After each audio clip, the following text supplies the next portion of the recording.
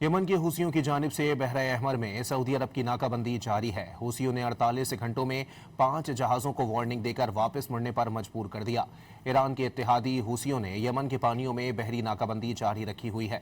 Ship tracking data के मुताबिक हूसियों के इंतबाह पर 4 जहाज़ रुख मोड़ने पर मजबूर हो गए, जिनमें से 2 जहाज़ बहरा अरब में दाखिल होने के बजाय सुएज कैनाल की जानिब मुड़ गए। लिविशियांग काउ नामी 5वां जहाज जद्दा की बंदरगाह जाने के बजाय खलीज अदन से दूर चला गया। सऊदी अरब से तेल लेकर चीन और भारत जाने वाले 3 टैंकर्स मंगल को बहरा अहमर का सफर करने में नाकाम रहे थे। यमन के हूसियों की जानिब से बहरा अहमर में सऊदी अरब की नाकाबंदी जारी है। हूसियों ने 48 घंटों में 5 जहाज़ों को वार्निंग देकर वापस मुड़ने पर मजबूर कर दिया। ईरान के इत्तेहादी हूसियों ने यमन के पानियों में बहरी नाकाबंदी जारी रखी हुई है।